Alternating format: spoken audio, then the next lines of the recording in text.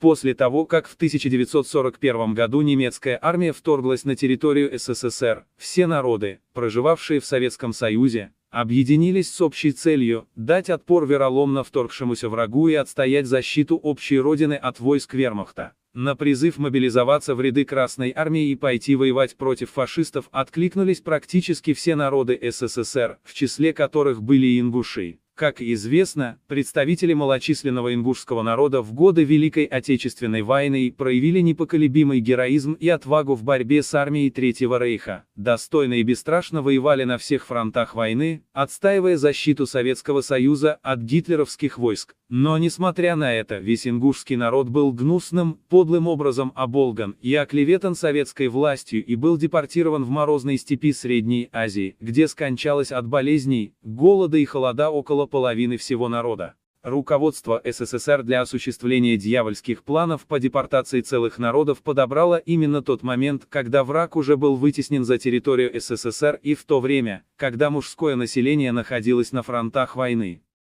Далее будут озвучены подвиги наиболее отважных и результативных летчиков Великой Отечественной войны из числа ингушей. Информация приведена из наградных листов участников войны.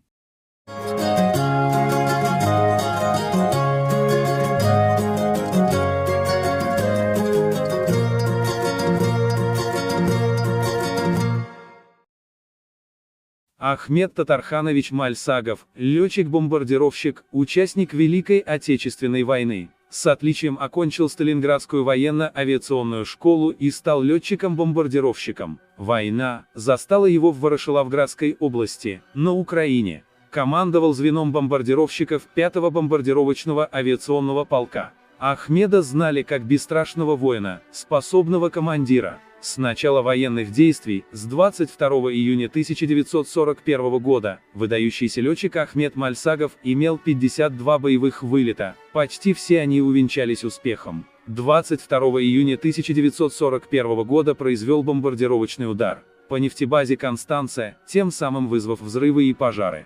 В конце июля 1941 года произвел бомбардировочный удар по колоннам противника, в итоге уничтожил 10 танков и 2 роты пехоты, немецких солдат и офицеров. 5 августа 1941 года Мальсагов произвел бомбардировочный удар по скоплению танков в районе Первомайска, уничтожив 7 танков противника. 6 августа 1941 года было произведено 2 вылета на разведку, заметив движение колонн противника, а также огромное скопление пехоты. Метким попаданием бомб уничтожил взвод пехоты противника. За отличную бомбардировку командующим фронтом была объявлена благодарность. В конце августа 1941 года в очередной бомбардировке колонн уничтожил 10 танков, роту пехоты и 2 зенитных точек противника. Погиб отважный летчик в боевом вылете 14 января 1942 года. Похоронен Ахмед Татарханович Мальсагов в братской могиле, которая находится в селе Варваровка на Украине. Дважды представлялся к присвоению звания Героя Советского Союза. Однако, как представителю репрессированного народа ему было отказано в посмертном вручении этого звания.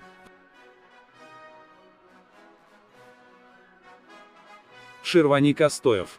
Костоев Ширвани Устарханович, старший лейтенант, командир звена штурмового авиационного полка, участник Великой Отечественной войны. Родился в 1923 году в селе Галашки Чечено-Ингушской АССР, на фронте с 1942 года, летал на Ил-2, совершил свыше 100 боевых вылетов на штурмовку вражеских войск, был трижды ранен, но каждый раз возвращался в строй. В период Курской битвы Костоев уничтожил 11 вражеских танков. При возвращении из очередного вылета его штурмовик был атакован 3 самолетами противника. Костоев сбил 1 самолет, но его штурмовик был также поврежден. Летчик сумел произвести вынужденную посадку на своей территории. В самолете насчитали 17 пробоин. Участвовал в освобождении Белоруссии, Прибалтики и Восточной Пруссии.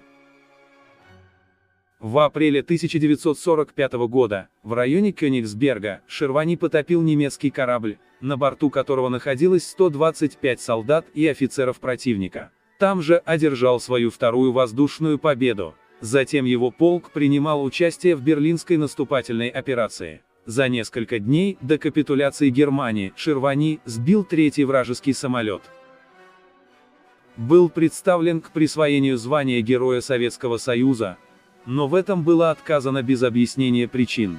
Командование ценило летчика, поэтому его не отозвали с фронта в 1944 году, когда ингуши были депортированы в Среднюю Азию. В 1945 году ездил к родственникам, которые были выселены в Казахстан под Алма-Ату, и оказал им посильную помощь. После войны служил в ВВС Прибалтийского военного округа, занимался летно-испытательной работой, погиб 6 августа 1949 года при испытании истребителя, похоронен в городе Елгава, Латвийская ССР.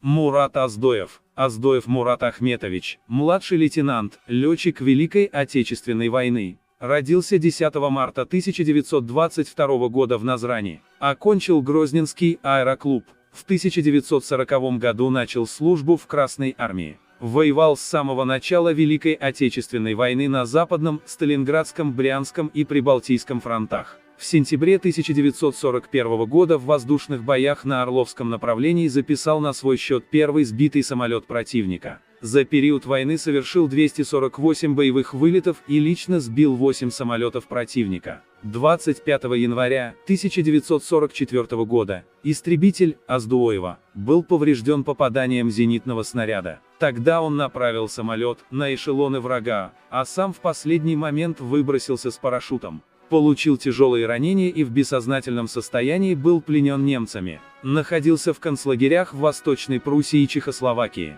Дважды Оздоев пытался бежать, но безуспешно. 8 мая 1945 года лагерь, где находился Мурат Оздоев, был освобожден советскими войсками.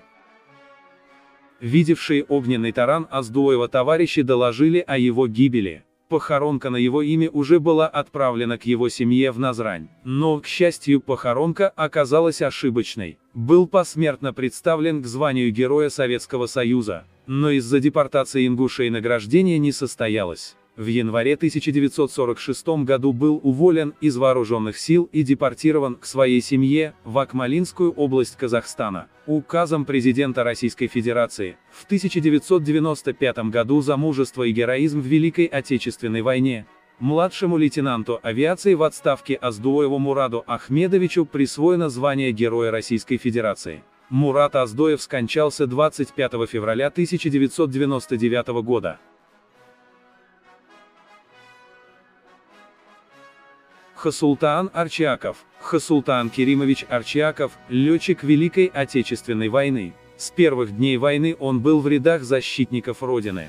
Его боевой путь пролегал от Моздока до Берлина. Совершил свыше 100 боевых вылетов. На боевом счету имеет 2 сильных взрыва, 4 очага пожара, подавил огонь, 3 артиллерийских орудий фашистов и 2 минометов. За период своей боевой работы показал себя дисциплинированным, исполнительным офицером. В боевой работе проявил настойчивость и мужество, нанося эффективные удары по противнику. В ночь на 17 февраля 1945 года, выполняя боевое задание на самолете, при бомбардировке окраины Франкфурта вызвал сильный взрыв склада боеприпасов. Участвовал в прорыве обороны немцев на берлинском направлении и во владении городом Берлин. Товарищ Арчиаков проявил в боях за советскую родину славные подвиги, мужество и бесстрашие. Его бесстрашные вылеты в тыл врага и стальной характер вызывали уважение сослуживцев.